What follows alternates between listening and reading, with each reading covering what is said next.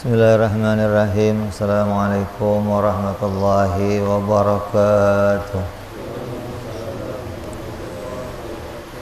Al-Fatihah ila ruhi sayyidina wa habibina wa syafi'ina Rasulillah Sayyidina Muhammad ibn Abdullah sallallahu alaihi wa ala alihi wa ashabihi wa azwajihi wa dhurriyyatihi Anallahu ya'alayna rajatin bil jannah wa yanfa'una bi asrarihim wa anwarihim wa alumihim wa nafahatihim wa barakatihim fid dini wa dunya wal akhirah wa ja'aluna min hisbihim wa yarzuquna mahabbatahum wa yatawaffana ala millatihim wa yashirna fi zumratihim bil afiyatin salamatin thumma fadala sahibul kitab fi sa'idin ki armiya thumma ila al-habib Abdullah bin Muhsin al-Attar wa nafa'ana bihim wa bi'alumihim lahumul fatihah. Bismillahirrahmanirrahim. Bismillahirrahmanirrahim. Alhamdulillahi rabbil alamin arrahmanir rahim maliki yaumiddin. Iyyaka na'budu wa iyyaka nasta'in ihdinas siratal mustaqim. Siratal ladzina an'amta 'alaihim ghairil maghdubi 'alaihim waladdallin. Amin. Bismillahirrahmanirrahim. Nawaitu ta'alluma wa ta'lima wa tadhakkura wa tadhkira wa naf'a wal intifa'a wal ifadata wal istifadata wal hitha ala tamassuki bi kitabillahi wa sunnati rasulillah sallallahu alaihi wasallam wa du'a ilal huda wa dilalata alal khairi ibtigha'a mardatihi wa qurbihi wa thawabihi wa husnil khatimah ma'al lutfi wal afiyah wa salahil akibah.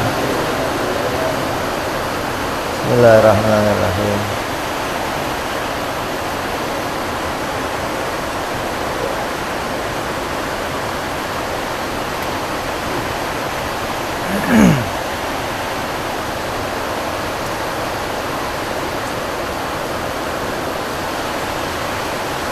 Bismillahirrahmanirrahim. Alhamdulillah. Salatu wassalamu ala Rasulillah Sayyidina Muhammad ibn Abdullah wa ala alihi wa sahbihi wa man wala. Amma ba'du. Qala musanniful kitab rahimahullah wa nafa'ana bihi wa bi ulumihi fid dharain. Allahumma iftah qulubana futuhal arifin wa bi hikmatika wansur alaina bi rahmatika ya arhamar rahimin.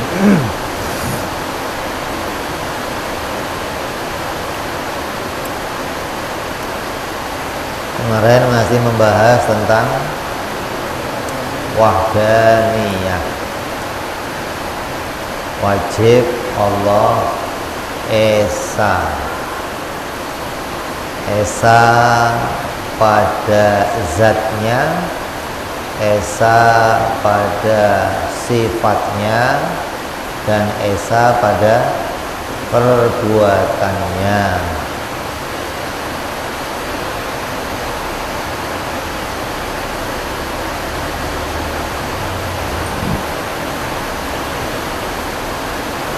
Lawannya mustahil Allah ta'addud.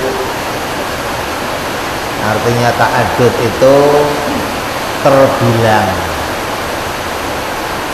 Artinya mustahil ada beberapa Tuhan. Mustahil Allah itu terbilang pada zatnya, terbilang pada sifatnya dan terbilang pada perbuatannya gitu. Jadi kalau Allah itu terbilang berarti bukan satu-satunya gitu. Jadi mustahil nih kalau ada Tuhan yang lain. Wajib Allah itu satu-satunya Tuhan. Jadi kalau satu-satunya Tuhan berarti zatnya nggak ada yang nyamain gitu dong. Sifatnya nggak ada yang nyamain, perbuatannya juga nggak ada yang nyamain. Jadi intinya ngaji tauhid ya ini pada sifat wahdaniyah ini. Kalau sampai kita ngerti bahwa perbuatan menciptakan itu hanya perbuatannya Allah. Berarti selain Allah tidak bisa menciptakan. Yang dimaksud menciptakan itu maksudnya memberi pengaruh pada yang lain, gitu loh. Bisa memberi pengaruh pada yang lain, berarti kerjanya itu mempunyai hasil. Yang kerjanya mempunyai hasil mempengaruhi yang lain, membuat pengaruh itu hanya Allah. Nggak ada yang lain, nggak ada. Contoh, api bisa menimbulkan pengaruh nggak? Apa? Berarti ada dua pengaruh. Ada pengaruh dari Allah, ada pengaruh dari api. Kalau kita mengesahkan Allah, tidak ada yang memberi pengaruh selain Allah. Di api itu nggak bisa ngasih pengaruh apa-apa, nggak bisa. Pisau nggak bisa ngasih pengaruh. Nasi nggak bisa memberi pengaruh. Obat nggak bisa ngasih pengaruh. Air nggak bisa ngasih pengaruh. Nih. Apa ini? Apa? Kacamata nggak bisa ngasih pengaruh. Oh, saya mah kalau nggak pakai kacamata nggak bisa baca. Kalau pakai bisa. Berarti ini membuat pengaruh. Wah, berarti hilang wahdaniyah. Jadi wahdaniyah itu murni mengesahkan Allah dalam zatnya, sifatnya maupun perbuatannya. Jadi ketika ada makhluk kok memberi pengaruh, maka pengaruh itu ditimbulkan oleh Allah. Hanya saja pengaruh itu digandengkan oleh makhluk. Kelihatannya dia ngasih pengaruh, padahal nggak ada, enggak. Allah yang menghasilkan pengaruh itu. Kamu makan kenyang, kan kayak nasi ngasih pengaruh. Kamu bakar sate pakai api, kayak api ngasih pengaruh, membuat mateng, membuat hangus, membuat itu loh. Ente mau motong sesuatu pakai pisau, kayak pisau ngasih pengaruh. Kalau keyakinannya masih seperti itu, berarti kamu masih menduakan perbuatan. Ada perbuatan Allah yang ngasih pengaruh, dan ada perbuatan makhluk yang ngasih pengaruh gitu. Nyambung nggak? Nyambung nggak? Banyak nggak yang meyakini begitu? Hah? Jadi orang yang nggak ngaji ini mesti meyakini api menimbulkan sesuatu, obat menimbulkan sesuatu. Oh hujan, ya, kalau hujan tanah saya jadi subur, berarti hujan menimbulkan sesuatu.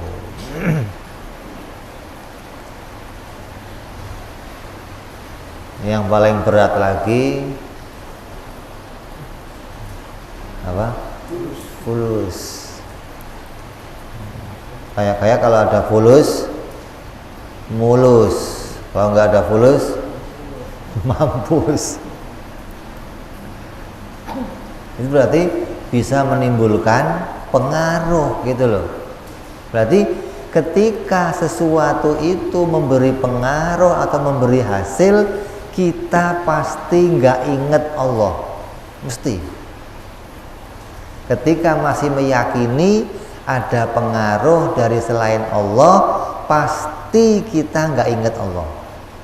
Karena di hati kita menganggap pengaruh itu timbul dari sesuatu itu. Ada orang bisa nolongin kita, ada orang bisa menyengsarakan kita. Itu masih banyak tuh keyakinan begitu. Hingga Allah itu dilupakan, Allah itu diduakan gitu loh.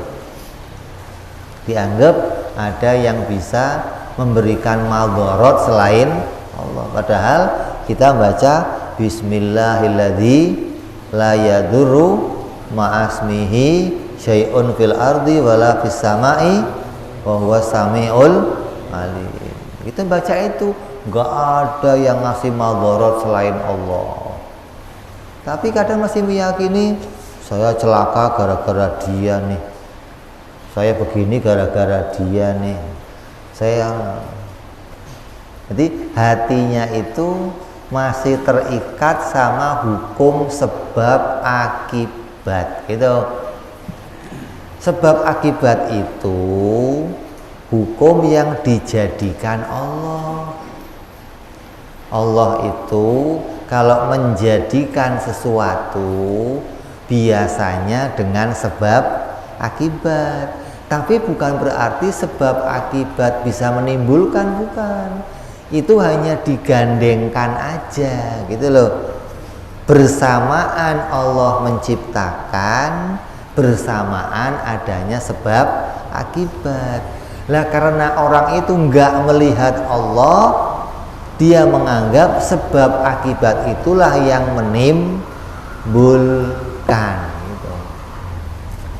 Listrik dianggap menimbulkan terang, menyalakan televisi, menyalakan HP, menyalakan, dianggap itu pengaruh dari listrik. Motor kamu jalan pengaruh dari bensin, ya. Nah, itu begitu. Nanti kita dituntut ketika ngaji ini pelan-pelan menghapus itu tuh. Yang tadinya terikat sama sebab akibat, kembali mengesahkan Allah. Sebab akibatnya tetap kita gunakan, tapi pengaruhnya dikembalikan hanya kepada Allah gitu loh. Ketika makan yang diingat Allah waktu kenyang. Ketika minum obat sehat yang diingat Allah gitu loh. Ketika kita punya hasil dari kerjaan kita apapun, ingat yang menghasilkannya Allah. Kalau Allah nggak ngasih pertolongan, kita sebab akibat itu nggak akan bisa menimbulkan sesuatu, nggak akan. Nah, beda lagi nih sama pahamnya orang Qadariyah. Ada orang Mu'tazilah yang menganggap Allah itu memberi kekuatan pada api, itu dianggapnya. Api itu aslinya nggak bisa apa-apa. Terus diberi kekuatan oleh Allah. Nah, kekuatan Allah yang ada pada api itulah yang ngasih pengaruh, gitu. Obat itu nggak bisa apa-apa, tapi Allah ngasih kekuatan pada obat. Ini paham yang demikian juga paham yang salah. Kita nggak boleh meyakini Allah itu menitipkan kekuatan. Manusia dikasih tenaga, listrik dikasih kekuatan, kuda, sapi dikasih kekuatan, tenaga. Lah kalau semua makhluk dikasih tenaga, kekuatan oleh Allah, terus setiap makhluk bisa punya kerja masing-masing dengan hasilnya, terus Tuhan kerjanya apa? Nganggur. Hah? Allah kerjanya apa terus? Nonton. Oh, Pak Haji lagi bakar sate. Oh, lagi naik kuda. Oh, lagi naik motor. Oh, berarti Tuhan nggak ada kerjaannya dong, nonton doang dong. Kalau setiap makhluk kita meyakini mereka punya kekuatan dari Allah. Jadi nggak begitu, nggak. Allah itu nggak pernah menitipkan kekuatan, tapi Allah sendiri yang langsung menciptakan hasilnya. Cuman bersamaan dengan sebab akibat, gitu loh. Contoh, ini kertas, ini korek. Bersamaan api nempel sama kertas, bersamaan Allah menjadikan kertasnya hangus, gitu maksudnya. Jadi bukan kekuatannya api yang menimbulkan hangus. Kalau kekuatan api yang menimbulkan hangus, berarti Allah penonton, gitu. Tapi bersamaan pisau nempel sesuatu, bersamaan Allah membelahnya, gitu. Bukan kekuatan pisau yang membelah sesuatu, bukan. Jadi beda nih antara memberi kekuatan dan bersamaan menciptakan, beda nih. Kalau bersamaan menciptakan, berarti Allah pekerjaannya, perbuatannya menjadikan pengaruh. Kalau Allah menitipkan kekuatan, berarti Allah kerjanya nonton. Beda nih. Semua dikasih kemampuan, terus Allah nonton. Kayak orang yang bikin jam tangan, orang yang bikin jam dinding. Setelah jam dinding dikasih baterai, yang bikin jam ngapain? Hah? Nonton aja, gitu loh. Nah, Allah nggak begitu, enggak. Allah itu bukan penonton. Dalam Quran Allah mengatakan, wallahu khalaqakum wa ma ta'malun. Allah yang menciptakan kamu dan menciptakan perbuatan kamu. Jadi perbuatan kamu itu apa? Ya perbuatannya api, ya perbuatannya obat, ya perbuatannya manusia, kuda, sapi, hewan, semua. Allah langsung yang menciptakan perbuatan mereka, gitu loh. Di ayat yang lain Allah berfirman, kulla yaumin huwa fisyan. Tiap-tiap waktu Allah itu dalam kesibukan. Nah, sibuknya Allah ngapain? Menciptakan, gitu dong. Lah kalau Allah itu menitipkan kekuatan, berarti ngapain? Lah ya sudah, leha-leha dong. nggak punya kesibukan, nggak ada kegiatan, nggak ada perbuatannya kalau begitu, gitu loh. Jadi kita tidak meyakini seperti pahamnya orang-orang Qadariyah. Kita nggak meyakini seperti pahamnya orang-orang Mu'tazilah. Kita meyakini pahamnya Ahlus Sunnah wal Jamaah. Tiap waktu keadaan kita itu diciptakan Allah. Api, gerak kita, diam kita, jantung kita yang berdetak, paru-paru kita, usus kita yang memproses sesuatu, itu Allah langsung yang menjadikannya, gitu. Bukan Allah menitipkan kekuatan, bukan. Ini namanya wahdaniyah pada perbuatannya, gitu. Jadi kalau nggak kita renungkan, ya nggak bisa kita singkirkan tuh sebab akibat tuh. Jadi kita harus merenungkan tiap waktu sampai nanti sebab akibat itu terkikis sedikit demi sedikit, gitu loh. Yang tadinya kita meyakini api memberi pengaruh, nanti sedikit demi sedikit, oh ini dari Allah, oh ini Allah. Terus ini di dalam hatinya. Karena ilmu ini ilmu akidah, pondasi beragama, berarti adanya di dalam, gitu loh. Jangan dikeluarin. Tor ente bakar sate begitu angus, yang bikin angus siapa? Allah, Pak. Kan repot. Kan kurang ajar berarti. Itu disimpan di hati aja, gitu loh.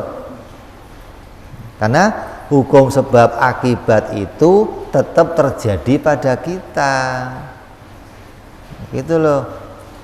Hingga dalam keseharian kita ya berlaku dengan hukum sebab akibat, tapi hati kita meyakini hasil dari sebab akibat itu diciptakan oleh Allah, gitu loh.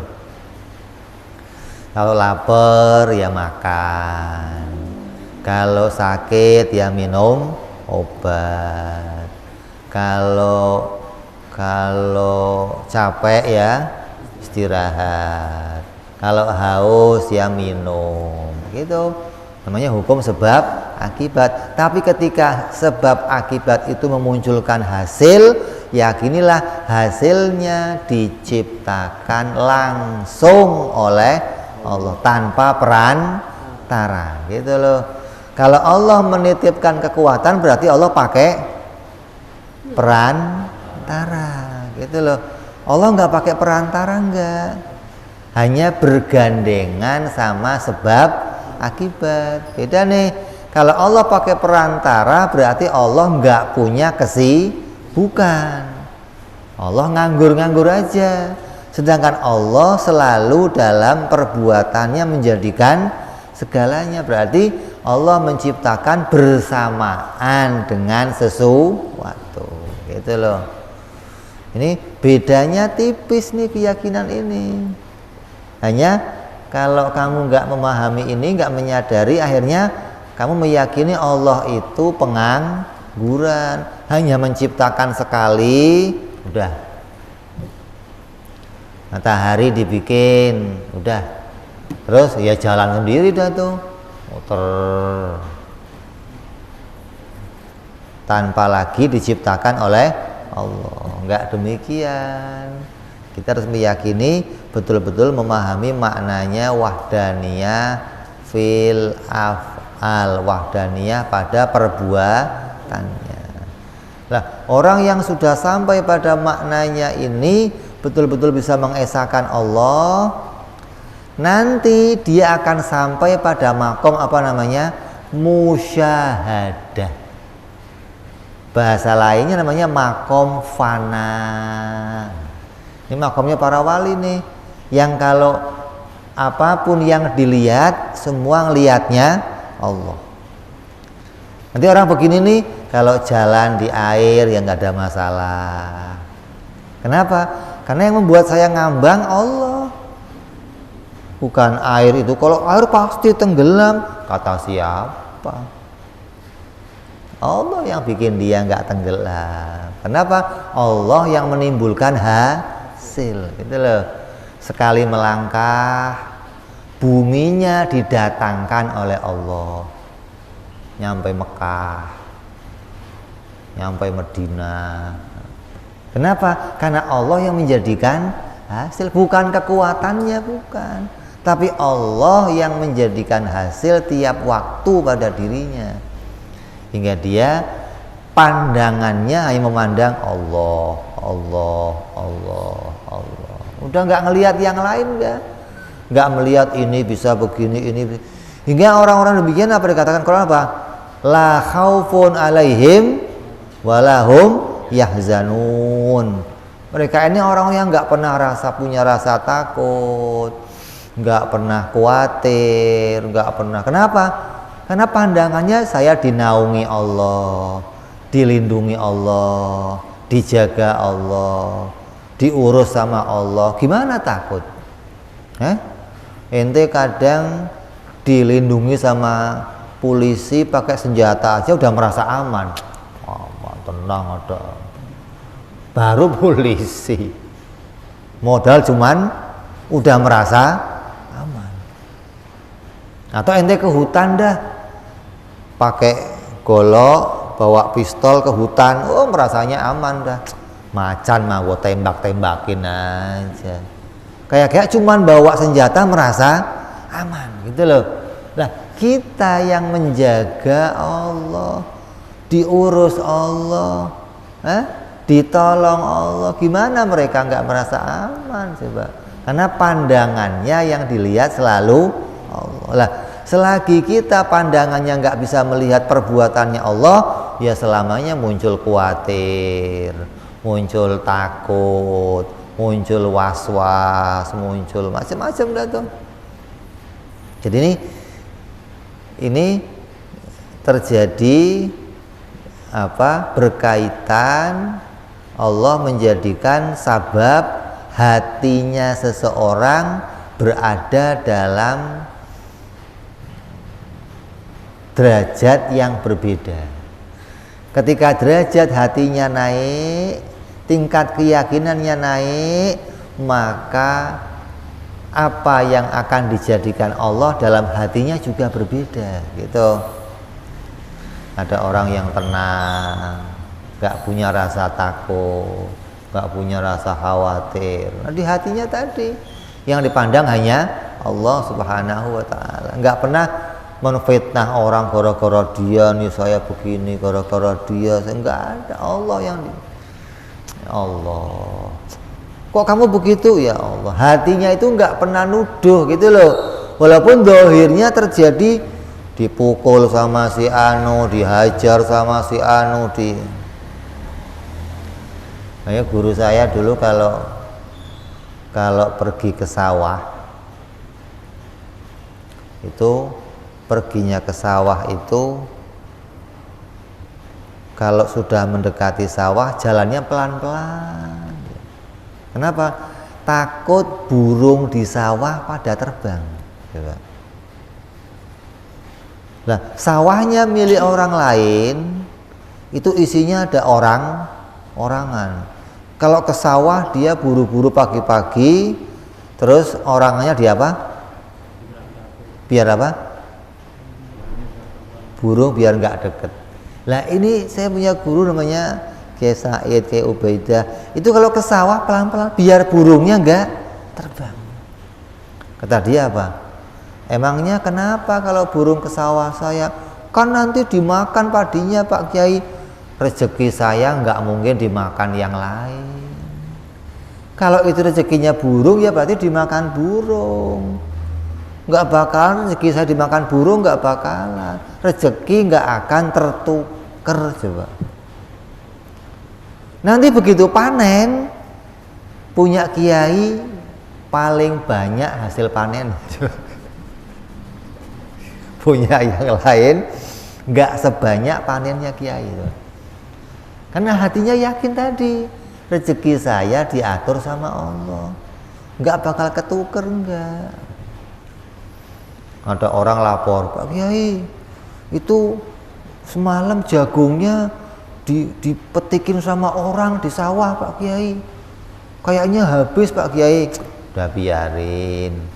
Besok waktunya dia panen, ya bawa budak, bawa karung. Suruh santrinya, ayo ke sawah panen jagung. Kan udah dirampok orang, udah. Ya banyak jagungnya enggak. Jadi hatinya itu betul-betul Allah yang bikin, Allah yang nyiapin, Allah yang jadiin, hingga nggak pernah ada khawatir, takut apa enggak. Ini betul-betul orang-orang yang sampai pada makom musyahadah, pada makom fana namanya. Jadi pandangannya yang dilihat cuman Allah aja. Itu orang-orang yang udah sampai kepada mengesahkan Allah pada perbuatannya, zatnya diesahkan, sifatnya diesahkan, perbuatannya diesahkan. Itu begitu jadinya. Kalau nggak bisa begitu gimana? Ya selamanya pandangan kita masih tertuju pada makhluk.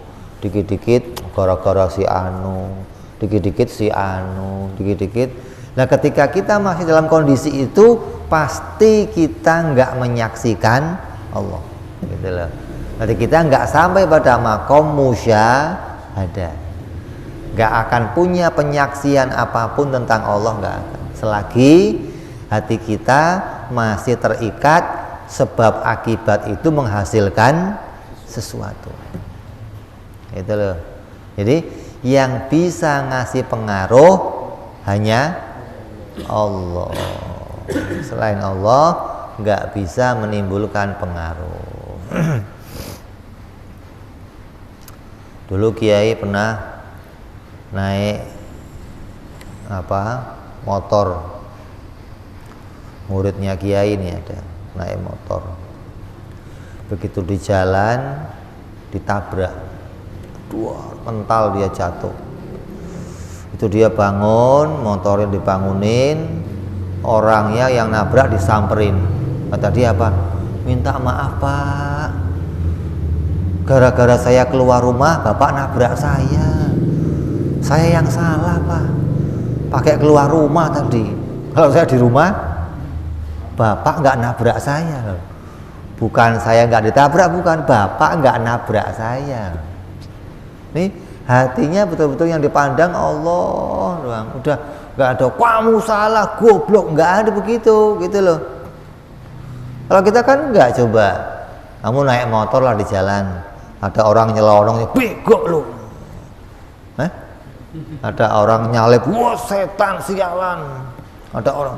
Kenapa? Karena pandangannya masih sebab akibat itu menghasilkan sesuatu. Makhluk itu bisa ngasih pengaruh. Selama masih di situ, selamanya nggak mandang Allah, nggak bisa sampai pada maknanya wahdaniyah. Maka ini intinya ngaji tauhid di sini. Kalau kamu kok bisa sampai mendalami makna ini, bisa merenungi sifat ini, kamu akan selalu memandang Allah Subhanahu wa ta'ala.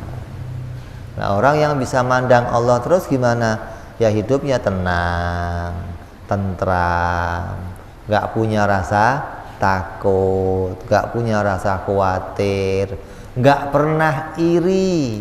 Tetangganya beli mobil, ya biarin. Tetangganya bangun rumah tingkat 7 lantai, ya biarin, wong itu Allah yang ngasih. Tetangganya beli pesawat sekalian, ya biarin.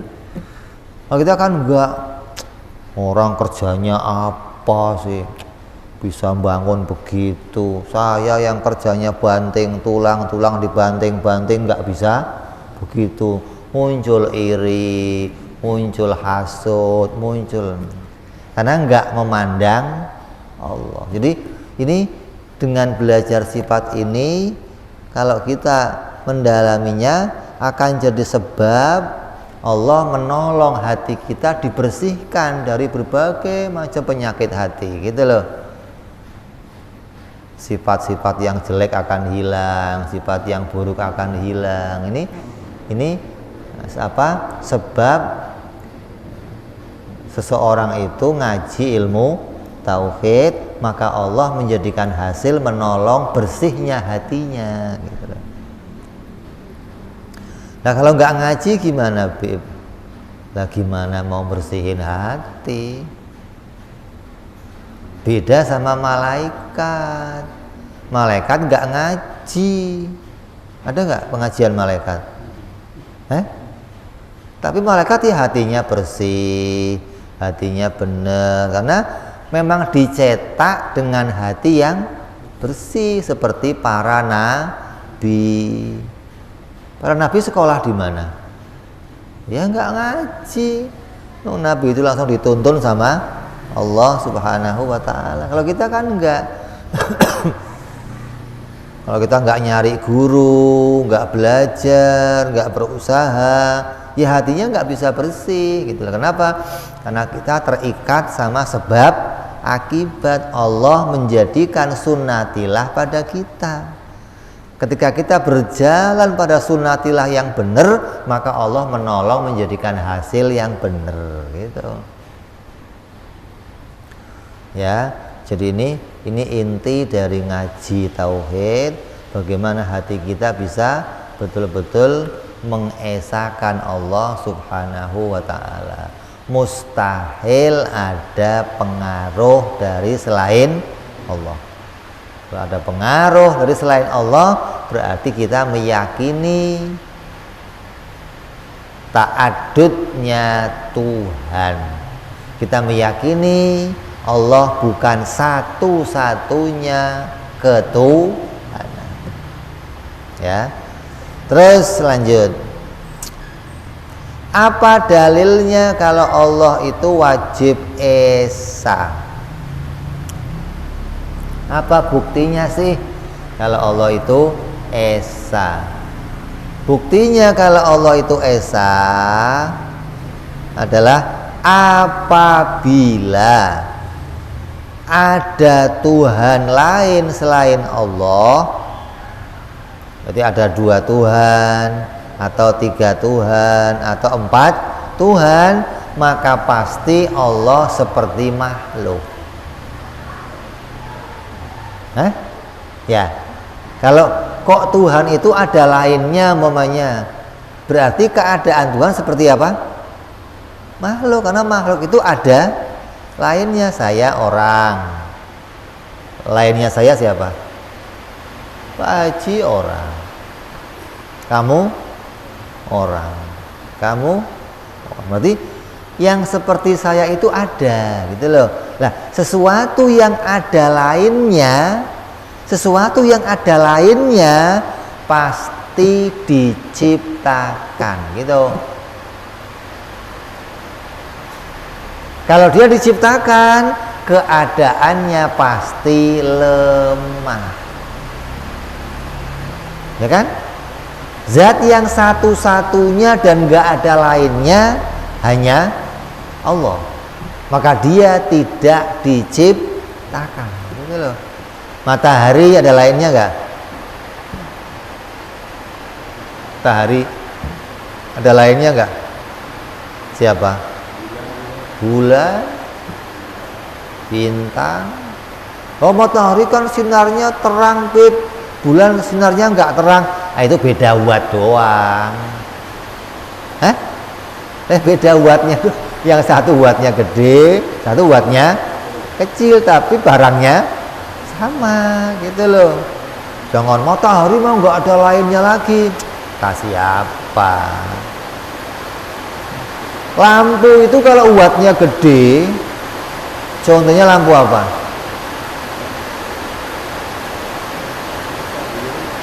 Lampu stadion, lampu kapal. Coba kamu nanti ke Kalibaru situ, terus deket sama kapal, bilang tolong lampunya nyalain gitu. Oh, kalau nggak mata kamu langsung,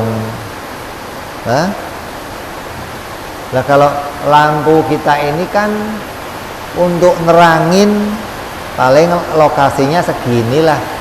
Lah kalau lampu di laut, lah kan neranginnya, jadi beda buat doang, barangnya sama gitu loh. Bulan, matahari, jangan ngomong matahari mah satu-satunya, nggak ada lainnya. Makanya ketika orang meyakini matahari itu punya kekuatan satu-satunya, semua orang butuh sama dia, matahari sama orang Jepang diapain? Disembah. Kalau pagi-pagi ngadepnya mana? Orang Jepang kalau pagi-pagi ngadep mana? Sambil bawa apa? Ando. Ya. Itu begitu itu tokonya laris coba. Ando doang. Tokonya.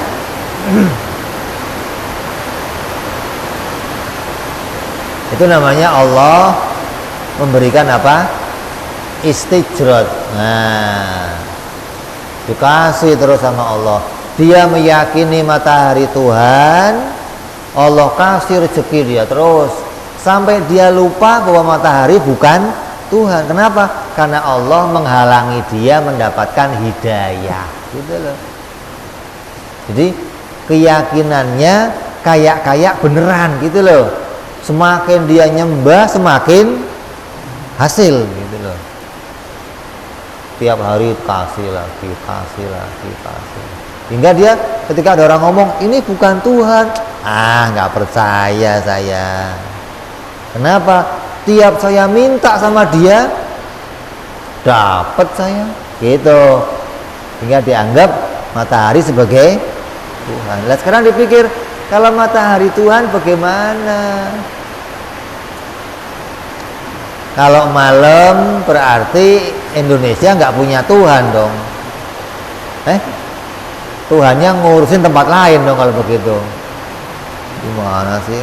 Masa Tuhan kadang-kadang begitu? Ini udah dicontohin sama Nabi Ibrahim alaihissalam. Nabi Ibrahim itu bukan nyari Tuhan. Ini banyak yang salah nih. Nabi Ibrahim itu memberikan bukti kalau matahari bukan Tuhan, bulan bukan Tuhan, bintang bukan. Oh, Nabi Ibrahim lagi nyari Tuhan tuh.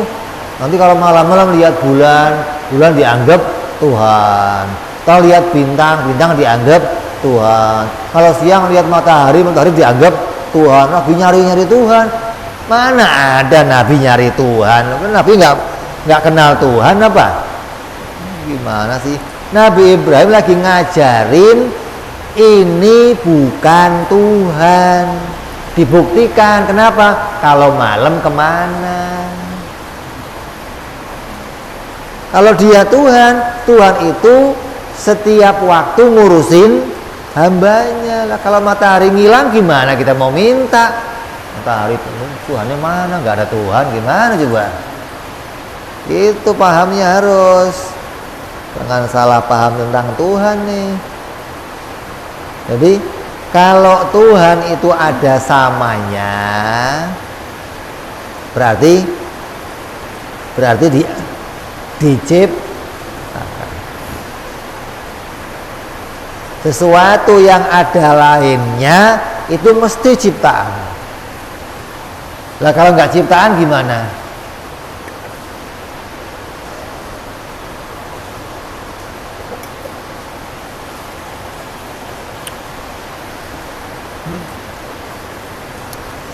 Umpamanya Tuhan ada dua nih, A sama B umpamanya.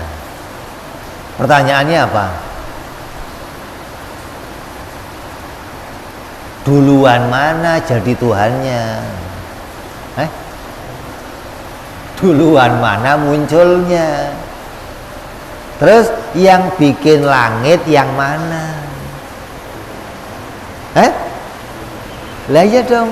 Karena begini, tidak mungkin dua Tuhan menciptakan satu makhluk, nggak mungkin. Kalau Tuhannya dua, makhluknya harus dua. Contoh. Kamu tahu pulpen nggak? Punya pulpen. Kalau dua pulpen dibarengkan untuk dipakai nulis, coretannya berapa? Coba dua pulpen suruh nyoret satu aja, bisa nggak? Hah? Jadi kalau Tuhannya dua, makhluknya harus dua. Tapi nyatanya kita cuman satu. Saya satu, kamu satu, kamu satu. Berarti yang bikin pasti nggak mungkin yang bikin ada. Ya, kita masuk Isya, kita dengar adzan Isya sebentar. Ngobrol.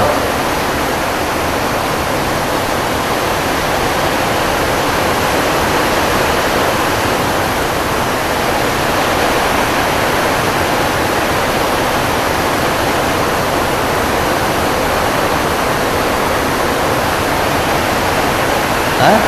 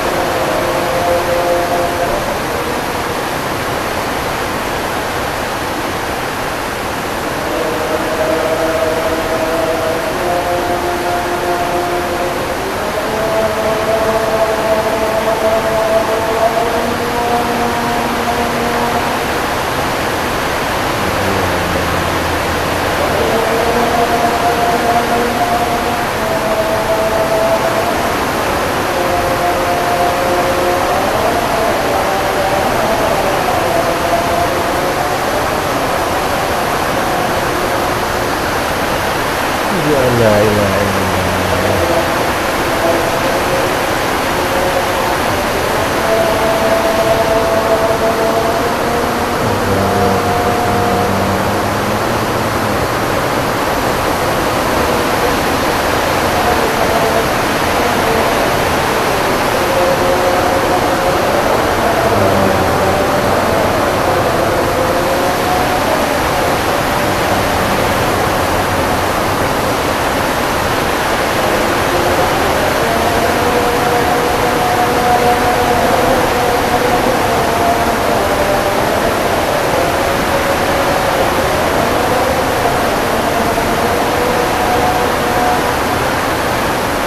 Haula wala quwwata illa billah.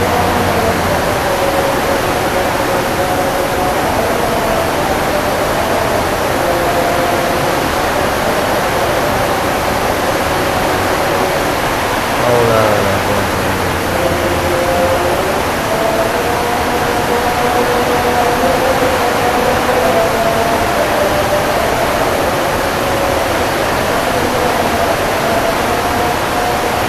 Haula wala quwwata.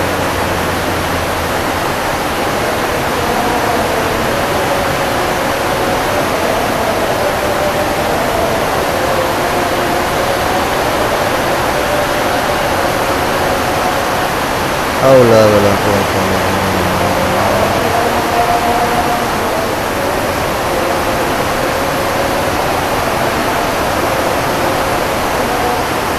Allah.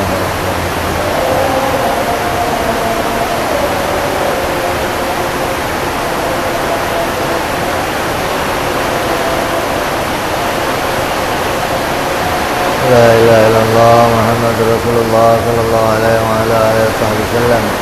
Allahumma rabb hadhihi ad-da'wati tammah ta'dil qa'imah ati sayyidina Muhammad al-wasilah wal fadilah wa syarafa wa darajat al-'aliyah rafi'a wa dhul-maqam al-mahmud alladhi wa'adta ya arhamar rahimin. Rabbi ighfir li wa li walidayya Rabbi ighfir li wa li walidayya Rabbi ighfir li wa li walidayya ya Allah Rabbi ighfir li wa li walidayya Rabbi ighfir li wa li walidayya warhamhuma kama rabbayana shaghira. Allahumma barik lana wa fi auladina wa hafadhum wa la tadurruhum warzuqna birrahum wa wafiqhum li ta'atik. Allahumma barik lana wa lahum fil hal wal ma'al wal iyal bi jahi kadir muta'al. Wassallallahu ala Muhammadin wa ala alihi wa sallam walhamdulillah rabbil alamin. Kita teruskan sedikit ya. Jadi dalil bukti Allah itu esa. Apabila Allah itu ada dua, apabila Tuhan itu ada dua, tiga atau empat atau lebih, ada dua aja, berarti dia sama dengan makhluk. Kayak para dewa ya, dewa yang diyakini sama siapa? Orang India, orang Yunani, orang-orang Buddha. Jumlahnya berapa? Banyak. Nah, kalau ada Tuhan kok jumlahnya banyak, berarti sama dengan makhluk. Berarti dia pasti bukan Tuhan, gitu aja. Yang Tuhan harus satu, nggak ada lainnya, nggak ada. Lah kalau dia seperti makhluk, berarti dia lemah. Kalau dia lemah, berarti tidak bisa menciptakan alam. Ya, yang bikin alam harus siapa? Harus yang maha kuasa. Yang bikin alam tidak sama makhluk. Jadi kalau Tuhan kok ada dua, pasti dia tidak bisa menciptakan alam. Tapi alamnya udah ada, gimana? Berarti penciptanya bukan Tuhan yang dua, pasti penciptanya Tuhan yang esa. Ini yang harus kita simpan dalam hati kita, meyakini ketika kita baca Qul huwallahu ahad, kita meyakini bahwa Allah itu esa zatnya, esa sifatnya, esa perbuatannya, dan tidak mungkin ada lainnya. Kalau ada lainnya, dia pasti bukan Tuhan. Kok bukan Tuhan? Karena kalau ada lainnya, dia pasti tidak akan bisa menciptakan alam. Ya, jadi ini dalil yang harus kita yakini ketika kita melihat alam, penciptanya pasti esa. Nggak mungkin penciptanya dua, nggak mungkin. Apalagi tiga, apalagi empat, nggak mungkin. Pasti penciptanya esa.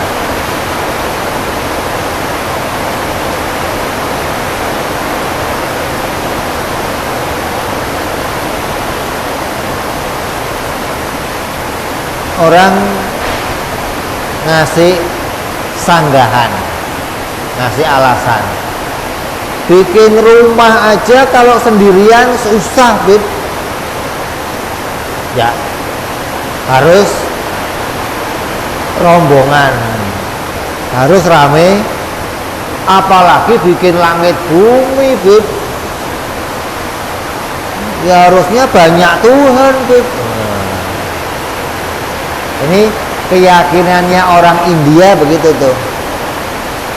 Keyakinannya orang Yunani begitu. Makanya kata mereka ada penguasa langit, ada penguasa bumi, ada penguasa api, penguasa tanah, penguasa. Maka mereka bekerja sama bikin.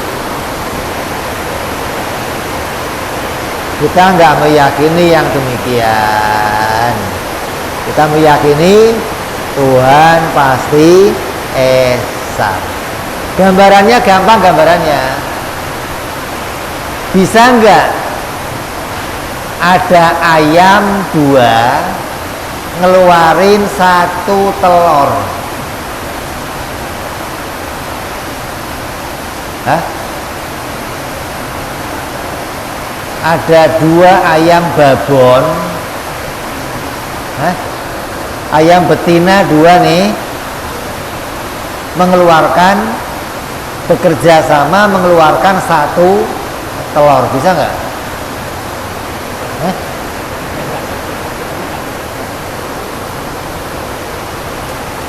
Bisa nggak? Sama kayak tadi, 2 pulpen bekerja sama mengeluarkan 1 coretan, bisa nggak? Hasilnya berapa? Gitu loh. Jadi ketika ada 2 Tuhan, berarti langitnya harus 2, buminya harus 2, mataharinya harus 2. Kenapa yang bikin 2? Nah ketika langitnya 1, buminya 1, matahari 1, kamu 1, berarti yang bikin pasti 1. Kalau 1 ayam ngeluarin 1000 telur juga bisa. Ya, bisa nggak? Bisa. Tapi kalau 2 ayam kerjasama mengeluarkan 1 telur, bisa? Gitu. Jadi ini dalil yang harus kamu rekam di pikiran kamu, hingga kita meyakini Tuhan itu 1, bukan gara-gara ayat Qul huwallahu ahad, bukan gitu. Tapi ayat tadi menegaskan gitu, menguatkan apa yang ditemu sama akal gitu. Tiap akal harus punya dalil kalau Tuhan itu esa. Terus dikuatkan oleh Qul huwallahu ahad wa ilahukum ilahun wahid. Gitu. Harus nyambung nih. Kalau nggak nyambung bahaya nanti ya. Jadi kita meyakini Allah wajib esa, mustahil ada 2 Tuhan. Kalau ada 2 Tuhan, berarti dia sama seperti makhluk. Kalau sama berarti dia lemah. Kalau lemah pasti nggak bisa bikin alam. Ya. Mudah-mudahan apa yang kita kaji membawa kita menjadi orang yang imannya benar, imannya kuat, bisa menyaksikan selalu wahdaniyahnya Allah, bisa senantiasa mengharapkan pertolongan hanya kepada Allah, tidak lagi menggantungkan pada selainnya Allah, hingga kita sampai pada maqam musyahadah dan bisa betul-betul mengesahkan Allah Subhanahu wa ta'ala, membawa kita selamat dunia sampai akhirat. Amin ya rabbal alamin. Ala hadhihi niyyah wa ala niyatin salihah wa ila hadratin nabi. Al-Fatihah. A'udzu billahi minasyaitonir rajim. Bismillahirrahmanirrahim. Alhamdulillahi rabbil alamin arrahmanir rahim maliki yaumiddin. iyyaka na'budu wa iyyaka nasta'in ihdinas siratal mustaqim siratal ladzina an'amta 'alaihim ghairil maghdubi 'alaihim waladdallin amin. Ya Rabbana tarabna bi anana tarabna wa anana asrafna ala ladha asrafna fatub alaina tauba taghfir li kulli hauba astur lana aurati wa amin raati waghfir li walidina rabbi wa mauludina wal ali wal ihwani sairil hilani wa kulli dhi mahabbah au jiratin au suhbah wal muslimina ajma'in rabbi isma fadlan wa judan mannan la biktisabi minna bil mustafa rasuli nahdo bi kulli suli salam wa salam rabbi alaihi andal habbi wa alihi wa sahbihi dada tansi suhbi walhamdulil ilahi fil bad'i wa tanahi wa rabbika rabbil izzati amma yasifun salamun alal mursalin alhamdulillahi rabbil alamin. Assalamualaikum warahmatullahi wabarakatuh.